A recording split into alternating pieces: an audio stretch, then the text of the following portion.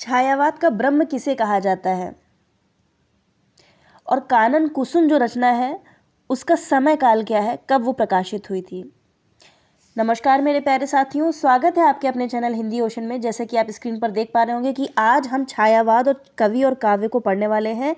ध्यानपूर्वक पढ़िएगा क्योंकि एक एक बिंदु में एक एक नंबर समाया हुआ है और आपके एग्जाम के दृष्टिकोण से ये बहुत इंपॉर्टेंट कक्षा होने वाली है। तो चलिए शुरू करते हैं। छायावाद कवि और काव्य के बारे में पढ़ेंगे आज। 1920 से लेकर 1935 और 1918 से लेकर 1936 ये दोनों ही जो समयावधि आपके समक्ष प्रस्तुत है, लिखी हुई है, दोनों ही आपके छायावाद का ही पार्ट है। लेकिन 1918 से 1936 तक का ये माना है उन्होंने, किसने माना है? डॉक्टर नगेंद्र के अनुसार ये है, ठीक है, नगेंद्र के अनुसार है ये। और बाकी जो आपका 1920 से 1935 है ये सर्वसम्मति मतलब सर्वमान्य है। 1920 से लेकर 1935 तक छायावाद का समय माना जाता है। जयशंकर प्रसाद द्वारा रचित काव्य झरना का प्रकाशन 1918 में हुआ था। काव्य झरना का जो प्रकाशन है वो 1918 में हुआ था।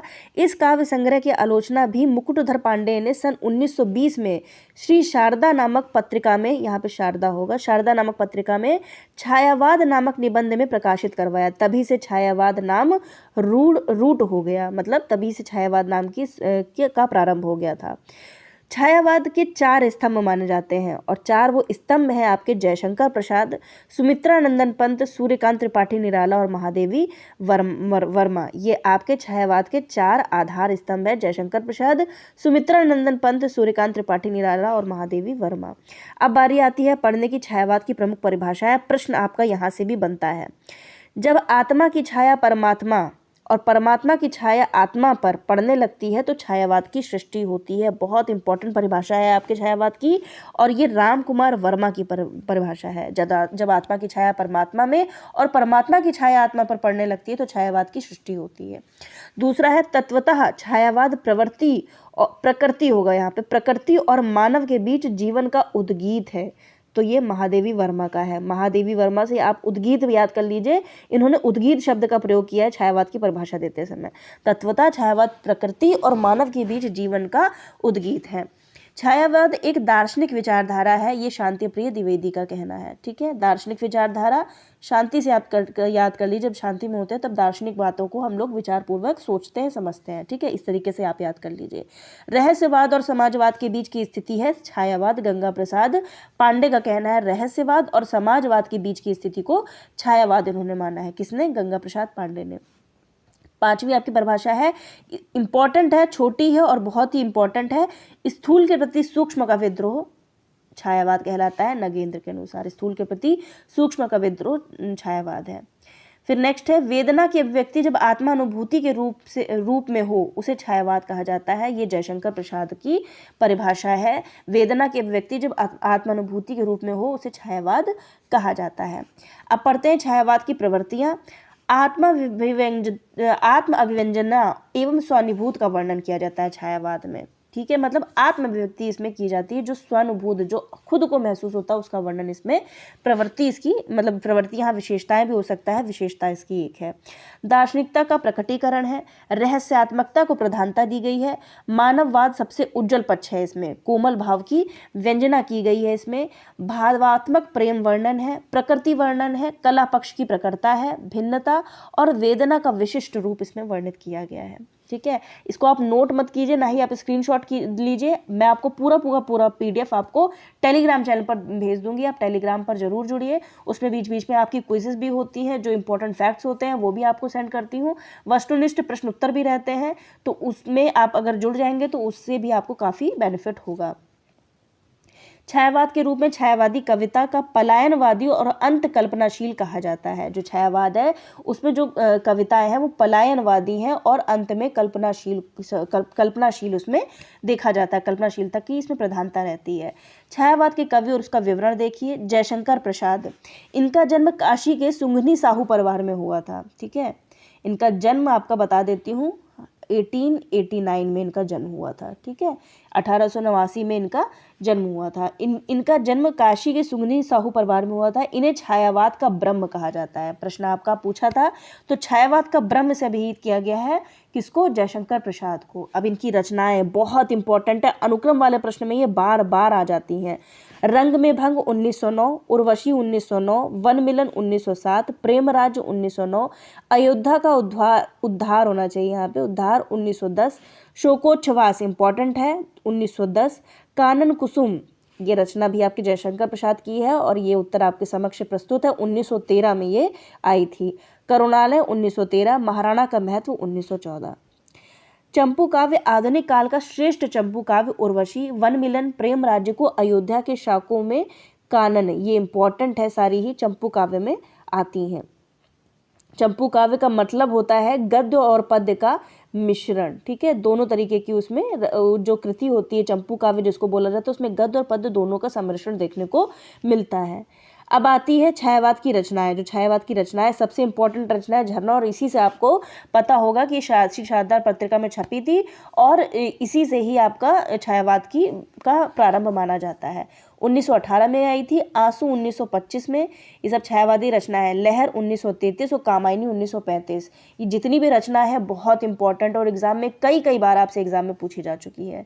झरना को छायावादी प्रयोगशाला का प्रथम आविष्कार कहा जाता है, ठीक है। ये ध्यान रखिएगा कि छायावादी प्रयोगशाला का प्रथम आविष्कार किस कृति को माना जाता है? झरना को।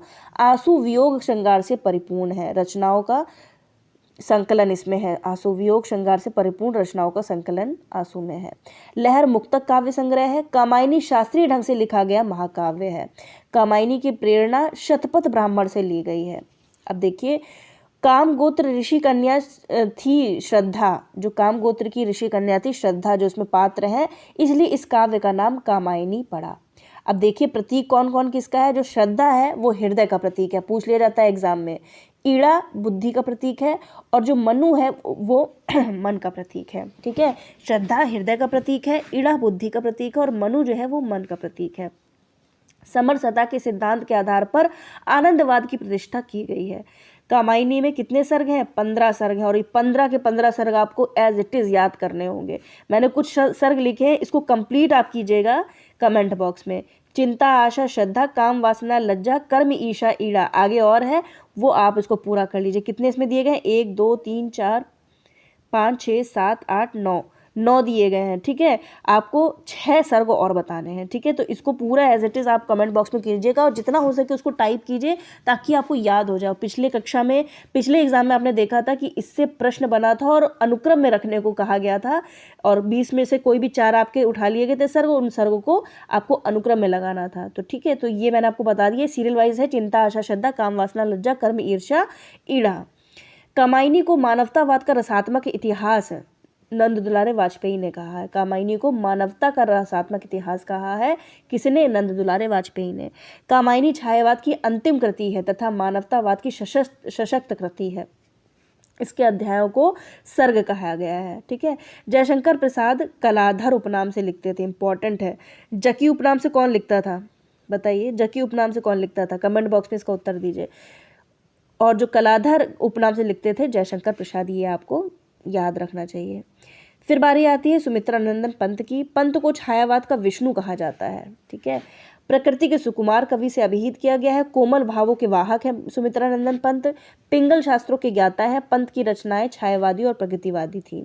छायावादी रचनाएं हैं पल्लव, इसका याद कर लीजिएगा, इसका नाम है पल्लव, 1928 में आई थी।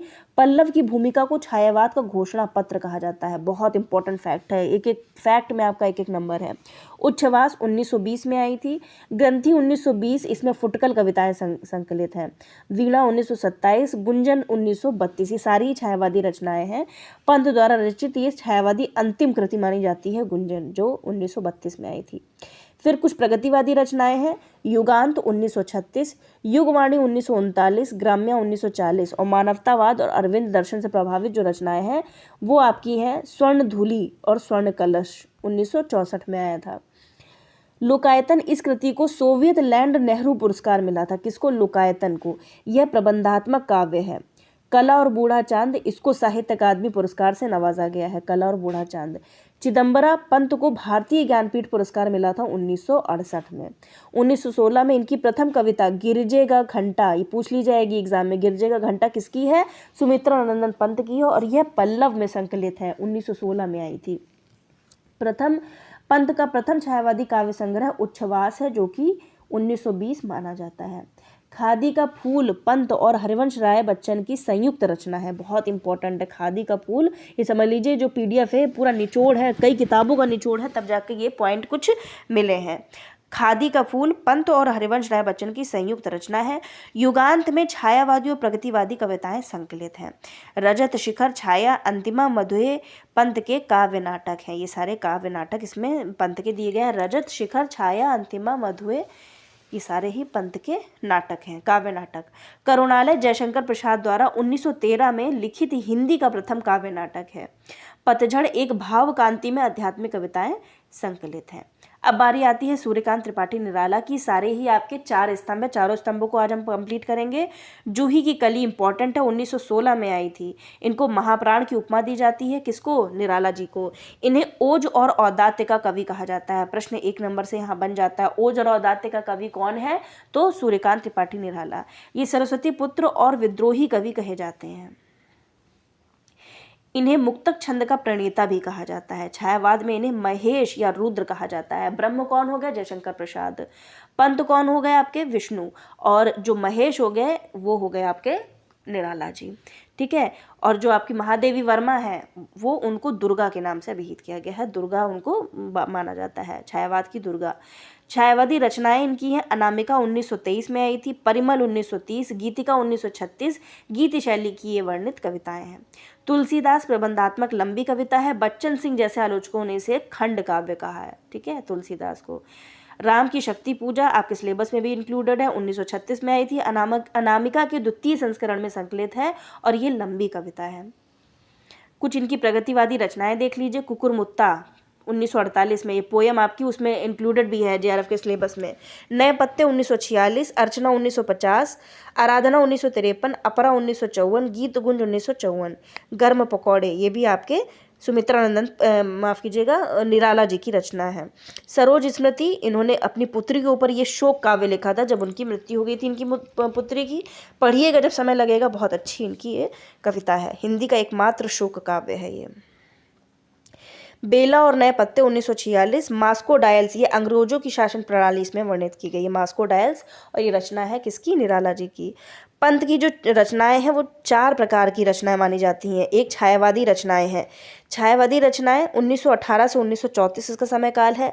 प्रगतिवादी रचनाएं 1935 से 1945, अरविंद दर्शन से प्रभावित 1946 से 48, और नव मानवतावादी रचना 1949 के बाद। मतलब जो पंत की रचनाएं हैं उनको 4 भागों में विभाजित किया गया है, छायावादी, प्रगतिवादी, अरविंद दर्शन और नव मानवतावादी, और उसका आपका समय काल दिया गया है आगे।